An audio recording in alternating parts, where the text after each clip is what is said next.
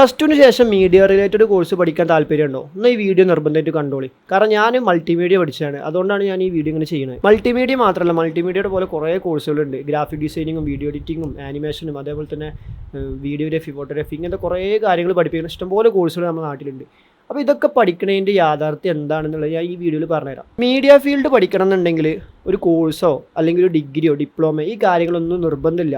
ഇതൊന്നും ഇല്ലാതെ തന്നെ നിങ്ങൾക്ക് ഇങ്ങനത്തെ കാര്യങ്ങൾ പഠിക്കാം, ഉറപ്പായിട്ടും പഠിക്കാം. കാരണം യൂട്യൂബിലും അതേപോലെ തന്നെ കുറേ ഫ്രീ ആയിട്ടുള്ള സോഴ്സസ് നമുക്കിത് പഠിക്കാനായിട്ടുണ്ട്. ഇനിയിപ്പോൾ അതൊന്നുമല്ല, നിങ്ങളുടെ കയ്യിൽ ഒരു ലാപ്ടോപ്പ് ഉണ്ടെന്നുണ്ടെങ്കിൽ നിങ്ങൾക്ക് തന്നെ എന്ത് ചെയ്യാം, ഇങ്ങനത്തെ സോഫ്റ്റ്വെയർസ് ഡൗൺലോഡ് ചെയ്തിട്ട് നിങ്ങൾക്ക് തന്നെ സ്വന്തമായിട്ട് പഠിക്കാം.